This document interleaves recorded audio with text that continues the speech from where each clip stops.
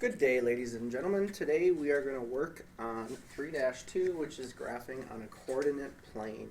And we're going to start with a coordinate plane to make sure we're clear on what a coordinate plane is. And we're going to talk about the various parts of a coordinate plane.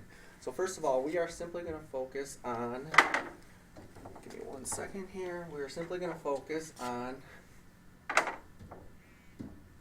this part, or this coordinate plane right here. So what you are seeing would be two number lines crisscrossing, and we're going to label the various part of a coordinate plane. So everything inside the green is a coordinate plane. We have various parts, including the horizontal axis. So this going across is the horizontal axis, and we call the horizontal axis the x-axis. And we call it the x-axis because it goes across, just like an x is across. Vertically, we have another axis, and we call this one the y-axis. And the reason we call it the y-axis, our way to remember it is y goes to the sky. And as you can see, this graph goes to, or this number line goes to the sky. So we've got x-axis, we've got y-axis. As I said, everything in the green is called the coordinate plane. We have 4 quadrants, and the quadrants are specifically labeled quadrant 1. So it would be this area, this fourth or this quarter, above the x-axis and to the right of the y. We have quadrant 2, above the x-axis to the left of the y-axis. Quadrant 3, below the x-axis and to the left of the y. And quadrant 4, below the x-axis and to the right of the y-axis. Next, we have the center. The center of both number lines. We are going to call this the origin. This is where we start all of our counting when it comes to a coordinate plane. We call it the coordinate, or we call it the origin, and it is at point 0, 0. Point 0, 0. Going to save all of this information. We are going to close it, and we're going to start with a couple of points. If I am asked to plot the point, I'm going to get rid of this. Give me 1 second. Okay, excuse me. As I said, we're going to move to a different graph now. Again, I have a graph in which this is the x-axis, because it goes across, and this is the y-axis because y goes to the sky. And we're going to plot the points. I'm going to give you number 1. We're going to plot the points 3, 2. Now, as you learned in the last lesson, when we have an ordered pair, our ordered pairs are identified by an x and a y. Okay, so the first number is always the x-coordinate. The second number is always the y-coordinate. So in this case, we are going to count over from the origin, point 0, 0.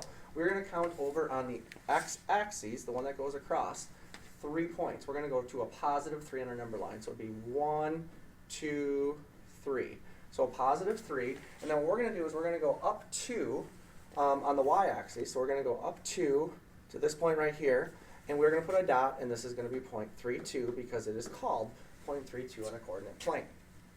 Second one, if I give you the coordinates negative 3, negative 2, we know this is the x-coordinate, this is the y-coordinate.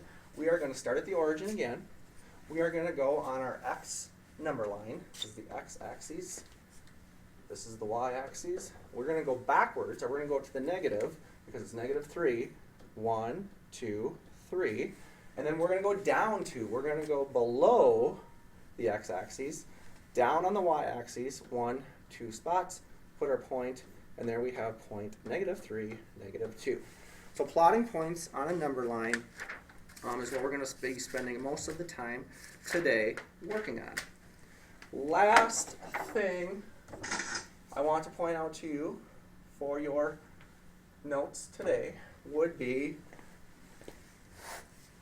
graphing on a coordinate plane. I'm going to give you the equation y equals 2x minus 3. We are going to work on the same type of table we worked on yesterday, in which we want to figure out what the y is, we want to figure out what the x is, And then we want to know what the final xy is.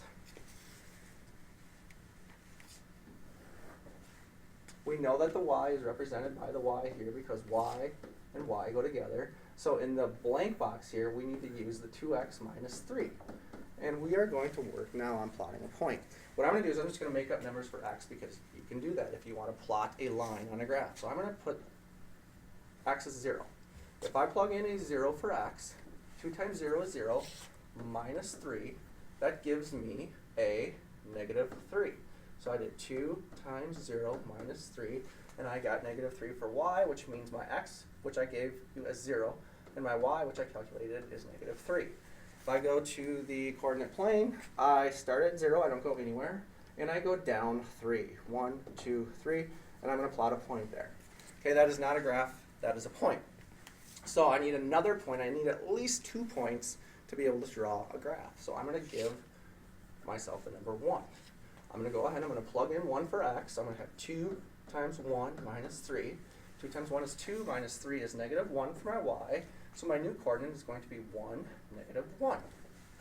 I'm going to go over 1 on my x-axis, and I'm going to go down 1 on my y-axis, and I'm going to plot my point at 1, negative 1. Just for fun, I'm going to do one more number, which is 2. I'm going to plug it back in. I've got 2 times 2 minus 3, which gives me my y coordinate of 1, and my new ordered pair would be 2, 1. I'm going to plot my point 1, 2, up 1, 2, 1, and I'm good to go. What I can do now is just like when we were really, really little, connect the dots.